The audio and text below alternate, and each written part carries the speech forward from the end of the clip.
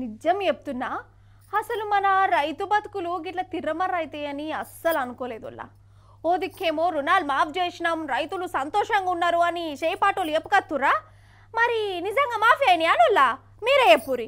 అంతెందుకు, నేనే రైతు బిడ్డనే. ఇంతవరకు మా రుణాలే మాఫీ కాలే. మా ఊరోళ్ళై సగానికి సగం మంది ఇంకా గానే కాలే. అయితేయో గావో, చేత్తరో చెయ్యరో గది కూడా తెలుస్తలేదు, రంది పెట్టుకున్నారు.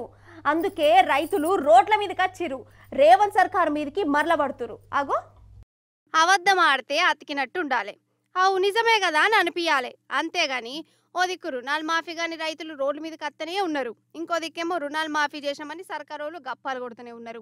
మరి నిజంగా రుణాలు మాఫీ అయితే మరి వీళ్ళందరూ ఎవరు, ఎందుకు రోడ్ల మీదకి వచ్చిర్రు? వీళ్ళకు పనిలేక వచ్చిరా ఖాతా గాని? అంతే కదా మరి. ఒక్క రోజని కాదు, రోజు రైతులు రోడ్ల మీదకి వస్తూనే ఉన్నారు, రేవంత్ సార్కు బాధలు చెప్పుకుంటూనే ఉన్నారు, మీరు కూడా చూస్తూనే ఉన్నారు. అన్నట్టు మహేశ్వరం నియోజకవర్గం కందుకూరులా రైతులు ధర్నా చేసిర్రు రుణాల మాఫీ కోసం. మన రామన్న కూడా వచ్చిండాడికి, రైతులతోనే కలిసి ధర్నా చేసిండు. ఇక రామన్న కనబడుతోని నిజం చెప్తున్నా, రైతులకు దుఃఖం ఆగలేదుల్లా. ఈ చేపాటి ప్రభుత్వంలో పడుతున్న అవస్థలు చెప్పుకొచ్చిర్రు. అగ చూడుర్రి రైతులతోని మన రామన్న మాట ముచ్చట. రైతులు ఆరుగాలం కష్టపడి పనిచేసిన వరి ధాన్యానికి కేసీఆర్ కొనుగోలు చేసిండు, కానీ ఆయన ప్రభుత్వం ఉన్నప్పుడు కొనుగోలు, కానీ ఇప్పటికీ కొనుగోలు చేయలే. రైతుకి గిట్టుబాటు ధర లేదు. రైతుల వద్ద ధాన్యం ఉన్నప్పుడు రేటు లేదు. దళారుల చేతులకు పోయినాక అనేకంగా ధరలు పెంచుతున్నారు విపరీతంగా. మరి ఈనాడు 10 సంవత్సరాలు కేసీఆర్ పరిపాలనలో ఒక్క రైతు కూడా ఎక్కడ ఆత్మహత్య చేసుకున్నటువంటి దాఖలాలు లేవు.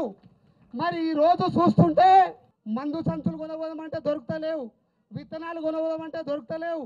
ముందు ఏ విధంగా అయితే లైన్లో చెప్పులు పెట్టి మరి పాస్బుక్లు పెట్టి కాగితాలు పెట్టి ప్రతి ఆఫీస్కి పోతే ఒక్క ఆఫీసులో కూడా ఒక్క పని కూడా జరగడం లేదు.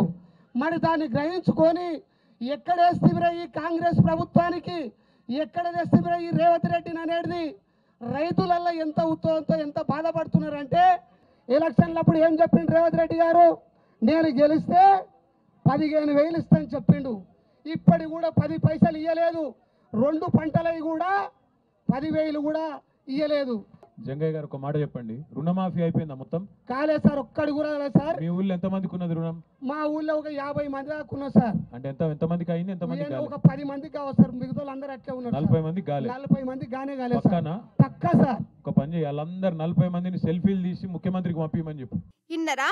ఈడ ఆడాని కాదు, రాష్ట్రం అంతటా రైతుల బాధ గిదే, అంతటా గిదే పరిస్థితి, ఇదే తండ్లాట. కామారెడ్డి కాన్నైతే రైతులు, రైతు సంఘపోలు పెద్ద బహిరంగ సభనే పెట్టుకున్నారు. రుణాలు మాఫీ గాని రైతులు వచ్చి చేపాటికి శాపాలు పెట్టిర్రు, నమ్మిచ్చి నట్టెట ముంచిరని చెప్పుకుంటా బాధపడ్డరు.